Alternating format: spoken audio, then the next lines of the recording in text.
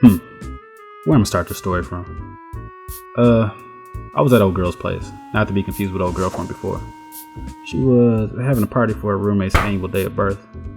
I ain't have to go, but you gotta do stuff like that from time to time. Otherwise, old girl ain't gonna do stuff like that. Italics. Anyways, in the spot, and I head straight for the trampoline. It was a one-person trampoline. I ain't much of a social butterfly per se, but on occasion I will occupy social spaces. But in such a way, not to interact with me. Every few minutes, old girl will come by. I twirl that bitch. Let her know I care.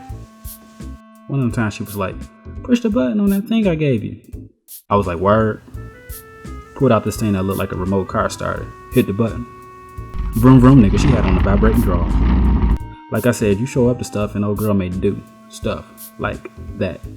Italics. You can't win a lotto if you don't play it, nigga. Twirl her again. Till I'ma keep this trick up my sleeve. Some time passed. I've been drinking. Asian nigga have brought the good whiskey. The shit that aged old enough to be your nephew or something. Nigga be showing out cause he got employment and shit. The nigga hear, "Yeah!" from the other room. Old girl come in and say, "Are you gonna turn it off?" I'm just like, "Oh shit. I ain't know it was still on." It should say something like, "Hey cuz, her pussy smoking." But it don't. It don't say that. It was at that moment that I was reminded what Uncle Ben had always said. With great power comes great responsibility. He also said it's gonna be lit once he signed a contract for this rice deal. Anyway, I hit the button.